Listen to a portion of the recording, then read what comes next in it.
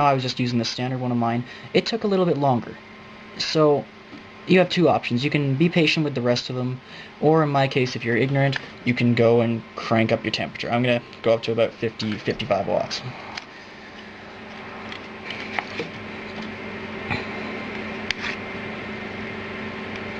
And so what happens is it just sucks it right in, hold it up to there just lightly, and you can actually pull it along, and it will suck the solder right onto this extra sheet. Now, I was being flimsy here, and it actually transferred the heat so well that it transferred it to the other old joint that we had just removed it from. So, once again, technique and time. Right now I don't give an ass, because I want to show you this in the end. So, we can use the alcohol to clean it off afterwards. It's not exactly very clear here, but basically it just went and it removed all the solder along that, along those pins there. Now, I'll just take off the other 5 here. This will be cut out in the video here. It'll be sped up so we can actually get to the actual soldering part. Alright. Okay. There we go. The adapter's right off. The joints are very dirty right now, actually, so we will clean those off again with our friendly diddly alcohol over here.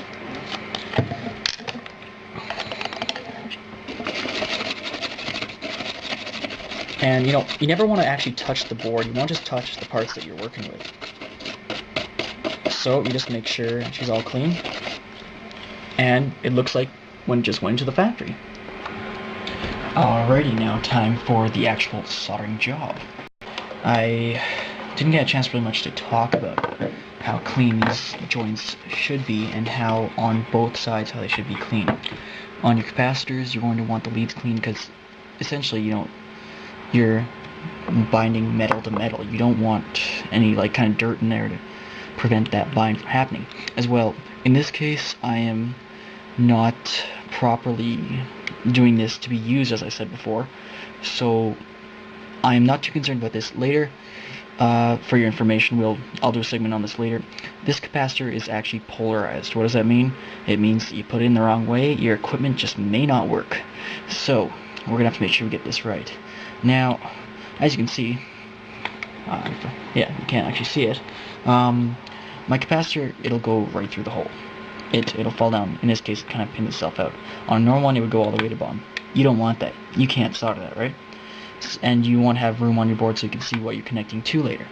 So this is where your third hand may come into hand. Pardon the pun, may become handy. So it actually doubles as a heat sink in some cases, which is nice. But it's just a matter purely of positioning it properly. Now, this capacitor is kind of big, kind of a pain in the ass, so we'll just do it for idealistic purposes. We'll bend our pins in and kind of mount it a little bit up higher.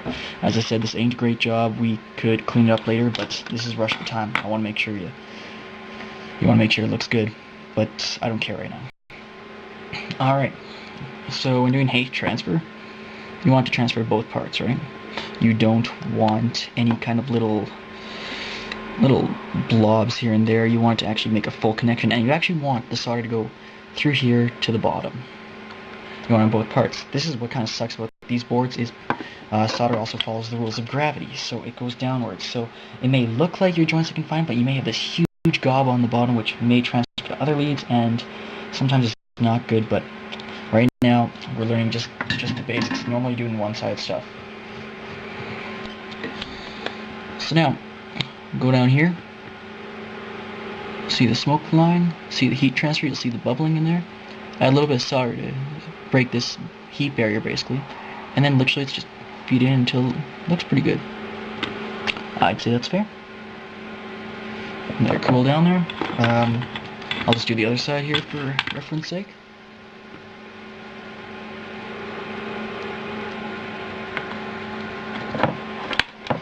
Alright, and then let's, as I said, this is not a good technique, but I'll do it just so it looks nice here.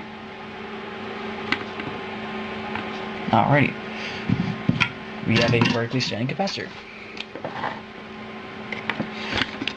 Scrub it around, make it look nice. It's still hot here, so it's smoking.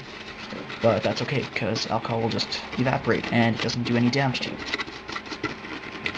With some of these, you can scrub really vigorously. With other joints, they are very, very lightly soldered on. When you get to real small PCBs and into cool, nice microcircuitry there, you have to be a little more delicate. But with these huge joints, you can just go right at it to make sure that there's no excess crap around it, to be honest. So, actually on this board that I was working with, sometimes these boards are double-sided with their plating. On this board, there's actually nothing on the other side, but you can see the wire. This camera, as I said, is not the greatest, but the wires are coming right out. On the other side, we've got our joints nice and rounded out. I'll try and take photos of this. It's, these cameras ain't great when it comes to autofocusing close-ups, but basically it goes up like I think it's concave. Correct me if I'm wrong, but that curvature that kind of it's hard to show on camera. I will just draw it out in there. But anyways, that's your basic joint right there. That's how you connect two leads, and that's how simple it is, honestly. Now, I can try and give you an example here of why the flux in the alcohol is really nice. Well, say working on this guy here. Don't have flux, it gets all uneven. You can add it in there, and in this occasion I'm hot enough, but you can see when I pulled it away, it went and it left this little divot on it. It's kind of hard to see here, but you can just see right in that brightness level on this little guy right here that it's actually kind of curved. You don't want that. You want a nice smooth fillet. So that's your basic breakdown of soldering. I can give you more tips in the show notes, but other than that, there's very little difference to this and any other soldering techniques. But this is the one that you'll be working with the most, especially in projects like Fox works on, or anything like that. If you want to take it beyond the prototype stage. Alright, everybody. This is XRob again from xrob.com. Feel free to visit my website, although I haven't really set it up yet, to be honest with you. Either way, I'll leave this all in the show notes, and I'll see you guys in the forums or on the chat.